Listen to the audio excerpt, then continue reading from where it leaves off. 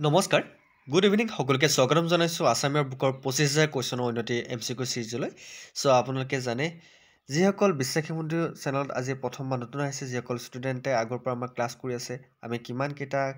ইতিমধ্যে চিৰিজ আৰম্ভ কৰিছিলোঁ আৰু কিমানকেইটা সফলতা অৰ্জন কৰিছোঁ সকলোৱে জানে চ' আমাৰ আছামীয়া বুকৰ চিৰিজটো আৰম্ভ কৰাৰ এটাই উদ্দেশ্য হ'ল যাতে আগন্তুক ADAR DME DSS অসম পুলিচৰ যেনেকুৱা ধৰণৰ পৰীক্ষা নাহক কিয় আপোনালোকে যাতে এটা চাকৰি লাভ কৰে ঠিক আছে চ' দেৰি নকৰি আপোনালোকে চেনেলটো ছাবস্ক্ৰাইব কৰি থৈ দিব আৰু আজি যদি নতুনকৈ আহিছে আপোনালোকে লাইক এটা কৰিবলৈ নাপাহৰিব আৰু লগ বন্ধুকো শ্বেয়াৰ কৰিবলৈ নাপাহৰিব চ' দেৰি নকৰি প্ৰথমটো কুৱেশ্যন আৰম্ভ কৰিবলৈ ওলাইছোঁ আজিৰ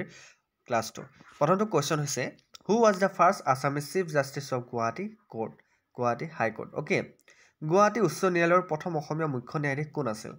কোনোবা ক'ব পাৰিবনে অপশ্যন নোচোৱাকৈ এনচাৰ দিবলৈ ট্ৰাই কৰিবচোন কাৰণ বহু ল'ৰা ছোৱালীয়ে অপশ্যন চাইছে এটা অভ্যাস হৈ গৈছে যে ডাইৰেক্টলি এনচাৰটো মনত নপৰে যেতিয়া অপশ্যনটো দেখা পাব তেতিয়াহে মনত পৰে গতিকে গুৱাহাটী উচ্চ ন্যায়ালয়ৰ প্ৰথম অসমীয়া মুখ্য ন্যায়াধীশ কোন আছিল অপশ্যনকেইটা চাই লওক SK দত্ত MC পাঠক হলিৰাম ডেকা CP সিনহা গতিকে গুৱাহাটী উচ্চ ন্যায়ালয়ৰ প্ৰথম অসমীয়া মুখ্য ন্যায়াধীশ কোন আছিল ইয়াৰ কাৰেক্ট এনচাৰটো হৈছে হলিৰাম ডেকা আছিল গুৱাহাটী উচ্চ ন্যায়ালয়ৰ প্ৰথম অসমীয়া মুখ্য ন্যায়াধীশ গতিকে মনত ৰাখিব Holiram Deka is the first Assamese chief justice of Guwahati high court next কুৱেশ্যনটো লাইছোঁ what was the capital of the Kachari kingdom Kachari ৰাজ্যৰ ৰাজধানী কি আছিল কছাৰী ৰাজ্যখনৰ ৰাজধানী কি আছিল বাৰু গোলাঘাট ৰংপুৰ মুছলপুৰ ডিমাপুৰ চ' আমি এইটো কথা সকলোৱে জানো যে কছাৰী ৰাজ্যৰ ৰাজধানীখন হৈছে ডিমাপুৰ হয়নে ডিমাপুৰ হৈছে কছাৰী ৰাজ্যৰ ৰাজধানী নেক্সট কুৱেশ্যনটোলৈ আহিছোঁ which place is well known for its bell metal craft কোনখন ঠাই বেল মেটেল ক্ৰাফ্টৰ বাবে সুপৰিচিত টঙলা হাজো শুৱালকুছি সৰ্থেবাৰী কাৰেক্ট এনচাৰটো কি হ'ব পাৰে কাঁহ শিল্পৰ বাবে কোনখন বিখ্যাত চ' আমি সকলোৱে জানো কাঁহ শিল্পৰ বাবে কি বিখ্যাত সৰ্থেবাৰী কাঁহ শিল্পৰ বাবে বিখ্যাত যাক ইংৰাজীত কোৱা হয় বেল মেটেল ঠিক আছে নেক্সট কুৱেশ্যনটোলৈ আহিছোঁ According to the 2017 elephant census, total number of elephant in Assam is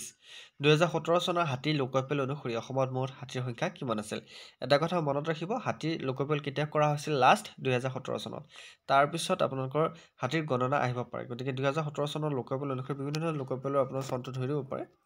চ' 2017 চনৰ হাতীৰ কিমানটা সংখ্যা আছিল আমাৰ অসমত 4,581টা 4,823টা 5,276টা 5,719টা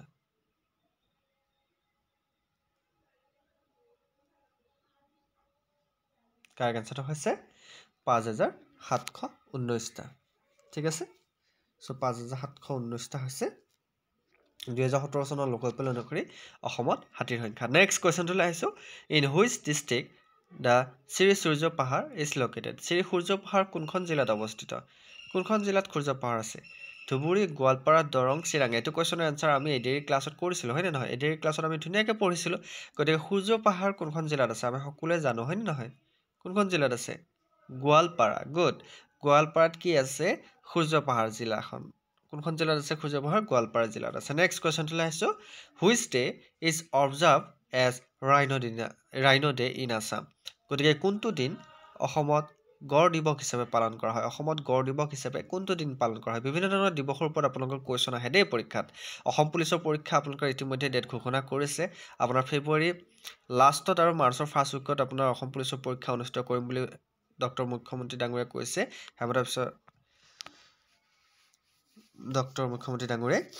হেমন্ত বিশ্ব শৰ্মা আৰু আপোনাৰ ADAR ৰিজাল্টটো ফেব্ৰুৱাৰী লাষ্টত আৰু মাৰ্চৰ ফাৰ্ষ্টত দিয়াৰ কথা আছে গতিকে আগন্তুক ADAR 3.0 আহি আছে DMA DSS পৰীক্ষা আহি আছে 9 তাৰিখে অসম পুলিচৰ পৰীক্ষা আহি আছে তাক লৈ আমি তীব্ৰ গতিত ক্লাছবোৰ কৰি আছোঁ আৰু এই চিৰিজটো বহুত ইম্পৰ্টেণ্ট হ'ব আৰু ইয়াৰ লগতে আমি 4,000 কুৱেশ্যন আগবঢ়াইছোঁ মাত্ৰ 149 ৰুপিছত কমন কুৱেশ্যন যিসকলে আমাৰ PDF কেইটা ল'ব বিচাৰে মাত্ৰ 149 ৰুপিজ পে' কৰিব লাগিব নাম্বাৰটো হৈছে 8638686390 এই নাম্বাৰটোত 149 ৰুপিজ পে' কৰি আপোনালোকে হোৱাটছআপত স্ক্ৰীনশ্বট দি দিব আপোনালোকে PDF পাই যাব 4,000 কুৱেশ্যনত ঠিক আছে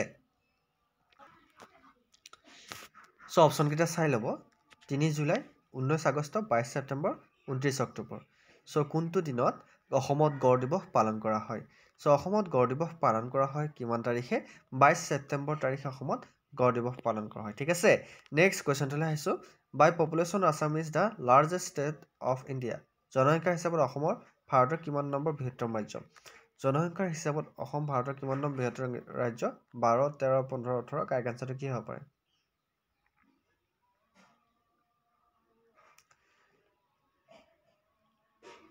জনসংখ্যাৰ হিচাপত অসম ভাৰতৰ 15তম ঠিক আছে 15তম বৃহত্তম ৰাজ্য নেক্সট কোৱেশ্চনলৈ আহিছো the first book fair in Assam was held at অসমৰ প্ৰথমখন গ্ৰন্থমেলা ক'ত অনুষ্ঠিত হৈছিল এটা কিন্তু বহুত ইম্পৰ্টেণ্ট কোৱেশ্চন দেই মন কৰিব গ্ৰন্থমেলাটো অসমত বহুত হৈ আছে কিন্তু প্ৰথমখন গ্ৰন্থমেলা কোন ঠাইত হৈছিল বহুতে নাজানে হয়নে গতিকে অসমৰ প্ৰথমখন গ্ৰন্থমেলা কোন ঠাইত হৈছিল ডিব্ৰুগড় যোৰহাট নগাঁও কামৰূপ কাৰেক্ট আনসাৰটো কি হ'ব পাৰে অসমৰ প্ৰথমখন গ্ৰন্থমেলা কোনখন জিলাত হৈছিল আশা কৰোঁ সকলোৱে উত্তৰটো দিব পাৰিব সো অসমৰ প্ৰথমটো গ্ৰন্থমেলা হৈছিল নগাঁৱত ঠিক আছে মন কৰিব যদি আগতে পঢ়া নাছিল এতিয়াৰ পৰা মনত ৰাখিব যে অসমৰ প্ৰথমখন গ্ৰন্থমেলা ক'ত অনুষ্ঠিত হৈছিল নগাঁৱত অনুষ্ঠিত হৈছিল নেক্সট কোৱেশ্চন এনেকুৱা বহুত কোৱেশ্চন আমি উলিয়াইছো অসমীয়া বুকখন আপোনালোকে যদিও কিতাপ পঢ়িছে কিন্তু বহুতে কোৱেশ্চন উলিয়াব নাজানে সো আমি 25000 কোৱেশ্চনৰ এটা সিৰিজ আগবঢ়াইছো এই সিৰিজটো কমপ্লিটলি চাব আৰু আগলৈ সিৰিজটো কন্টিনিউ কৰিব লাগে নালাগে কমেন্ট কৰিব question number 9 Which one of the following district is not under the BTAD council? তলৰ কোনখন জিলা BTAD পৰিষদৰ অধীনত নাই কোকৰাঝাৰ বাক্সা গোৱালপাৰা ওদালগুৰি ইয়াৰ ভিতৰত কোনখন জিলা BTAD পৰিষদৰ অধীনত নাই কোনখন জিলা নাই শুদ্ধ উত্তৰ একদম কাৰেক্ট আনসাৰ হৈছে গোৱালপাৰা জিলাখন BTAD পৰিষদৰ অধীনত নাই ঠিক আছে এটা মনত ৰাখিব নেক্সট কোৱেশ্চনলৈ আহিছো total number of world heritage site in Assam is অসমত মুঠ বিশ্ব ঐতিহ্য ক্ষেত্ৰৰ সংখ্যা কিমান এইটো বৰ্তমান আপডেট হৈছে 3খন হৈছে এটা হয়নে গতিকে অসমত মুঠ বিশ্ব ঐতিহ্য ক্ষেত্ৰৰ সংখ্যা 3খন নেক্সট কোৱেশ্চনলৈ আহিছো হিমন্ত বিশ্ব শৰ্মা ইজ দ্য ডেছ চিফ মিনিষ্টাৰ অফ আসাম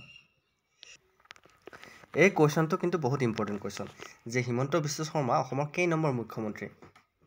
বহুতে নাজানে আমি সকলো মামা বুলি তেখেতক সকলোৱে চিনি পাওঁ হয়নে নহয় গতিকে হিমন্ত বিশ্ব শৰ্মা অসমৰ মুখ্যমন্ত্ৰী কিমান number 17 number 16 number 15 number 14 number কিমান নম্বৰ মুখ্যমন্ত্ৰী হিমন্ত বিশ্ব শৰ্মা ডক্টৰ হিমন্ত বিশ্ব শৰ্মা অসমৰ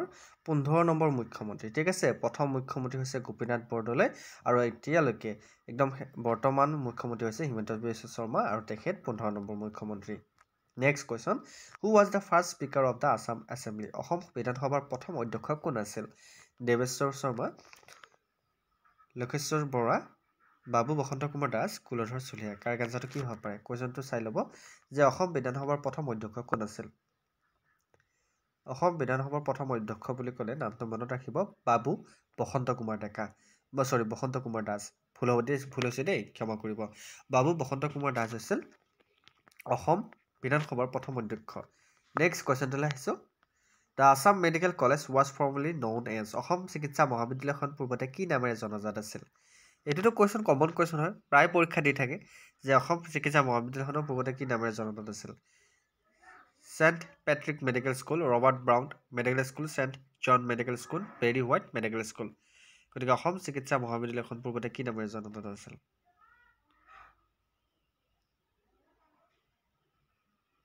কাৰেক্ট আনসাৰটো হৈছে বেৰি হোৱাইট মেডিকেল স্কুল নামেৰে অসম চিকিৎসা মহাবিদ্যালয়খন পূৰ্বতে জনাজাত আছিল নেক্সট কোৱেশ্চনলৈ আহিছো in which year Anowara Taimur become Assam's first and only female chief minister কোন বছৰত আনোৱাৰা টাইমুৰ অসমৰ প্ৰথম আৰু একমাত্ৰ মহিলা মুখ্যমন্ত্ৰী হৈছিল এটা কথা মনত ৰাখিব দেই এই কোৱেশ্চনটো আহে কিন্তু দেই অসমৰ প্ৰথম মহিলা মুখ্যমন্ত্ৰী কোন নামটো তেনেকৈ সুধি দিয়ে সো আনোৱাৰা টাইমুৰ হৈছে অসমৰ প্ৰথম আৰু একমাত্ৰ মহিলা মুখ্যমন্ত্ৰী কিমান চনত হৈছিল তেখেতে মুখ্যমন্ত্ৰী 1979 1980 1981 1982 কাৰেক্ট আনসাৰটো কি হ'ব পাৰে সো অসমৰ প্ৰথম আৰু একমাত্ৰ মহিলা মুখ্যমন্ত্ৰী আনোৱাৰা টাইমুৰ 1980 চনত মুখ্যমন্ত্ৰী পদত অধিষ্ঠিত হৈছিল ঠিক আছে নেক্সট কোৱেশ্চনলৈ আহিছো according to popular belief how many শিৱলিংগছ were engraved in Suryapohar by Vyas in order to build up as a second Kashi জনবিশ্বাস অনুসৰি দ্বিতীয় কাশী হিচাপে গঢ়াৰ উদ্দেশ্যে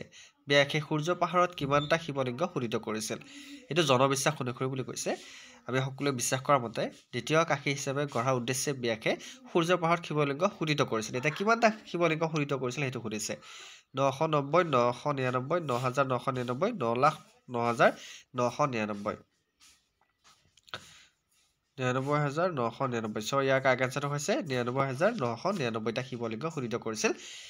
দ্বিতীয় কাশী হিচাপে গঢ়াৰ উদ্দেশ্যে সূৰ্য পাহাৰখনক next question who is the founder of the Assamese daily English newspaper the Assam Tribune অসমীয়া দৈনিক ইংৰাজী কাকত দ্য আছাম ত্ৰিবেণীৰ প্ৰতিষ্ঠাপক কোন আছিল এইটো কিন্তু ইম্পৰ্টেণ্ট কুৱেশ্যন আছাম ত্ৰিবেণীৰ প্ৰতিষ্ঠাপক কোন আছিল বাৰু বহুতে পঢ়িছে নিউজ পেপাৰখন প্ৰফুল্ল গোবিন্দ বৰুৱা ৰাধা গোবিন্দ বৰুৱা শিৱ প্ৰসাদ বৰুৱা ধীৰেন্দ্ৰনাথ বেজবৰুৱা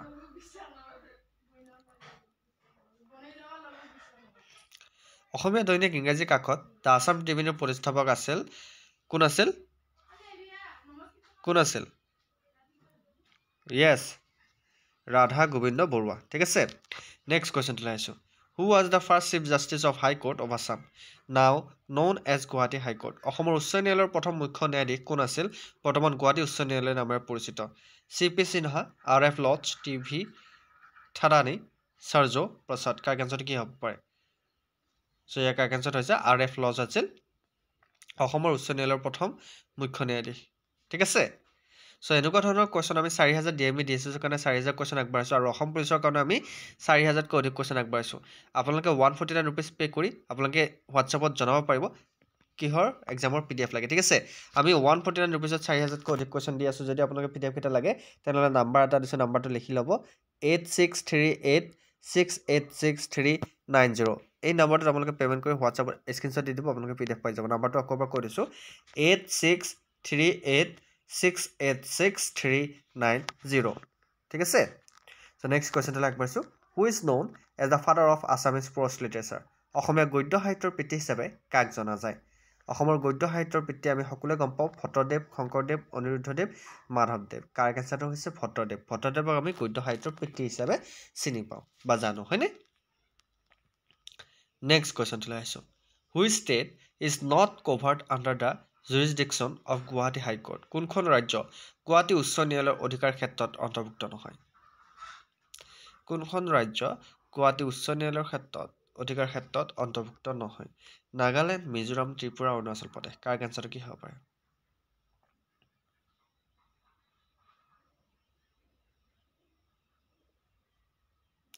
চ' কাৰ কেঞ্চাৰ হৈছে ত্ৰিপুৰা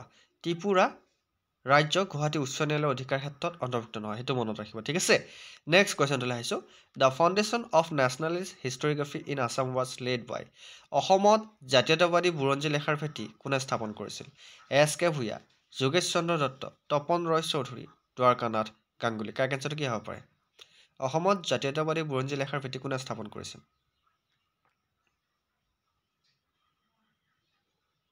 কাৰ কেঞ্চাৰটো হৈছে এছ.কে. ভূঞাই স্থাপন কৰিছিল ঠিক আছে নেক্সট কুৱেশ্যনটোলৈ আহিছোঁ in which year Sattriya is recognise as a classical dance by Sangeet Natak academy of India কোন বছৰত ভাৰতৰ সংগীত নাটক একাডেমীয়ে সত্ৰিয়াক শাস্ত্ৰীয় নৃত্য হিচাপে স্বীকৃতি দিছে কোন বছৰত ভাৰতৰ সংগীত নাটক একাডেমীয়ে সত্ৰিয়াক শাস্ত্ৰীয় নৃত্য হিচাপে স্বীকৃতি দিছে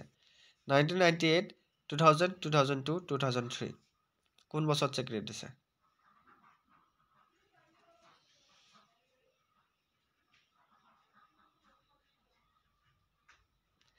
কাৰ কেঞ্চাৰটো হৈছে 2000 চনত স্বীকৃতি দিছে ঠিক আছে next question in which year Malladev Naranarayan acquired the title Naranarayan কোন বছৰত মল্লদেৱে নাৰায়ণ বা উপাধি লাভ কৰিছিল এটা কথা মনত ৰাখিব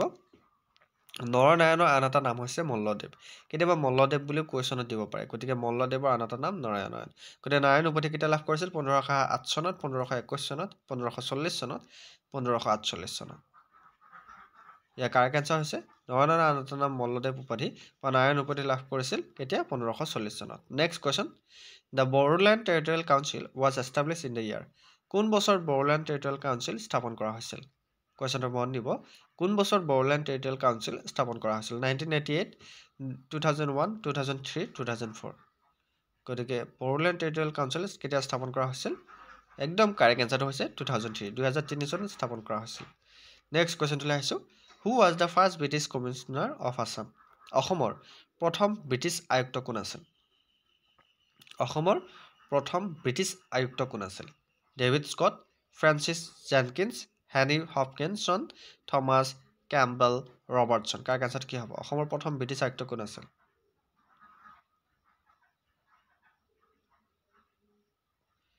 কাৰ কেঞ্চাৰটো হৈছে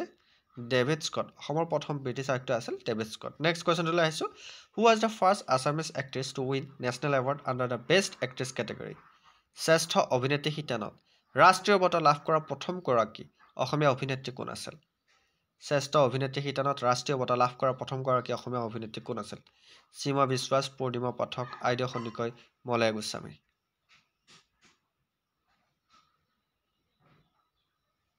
কাৰেক্ট এনচাৰটো হৈছে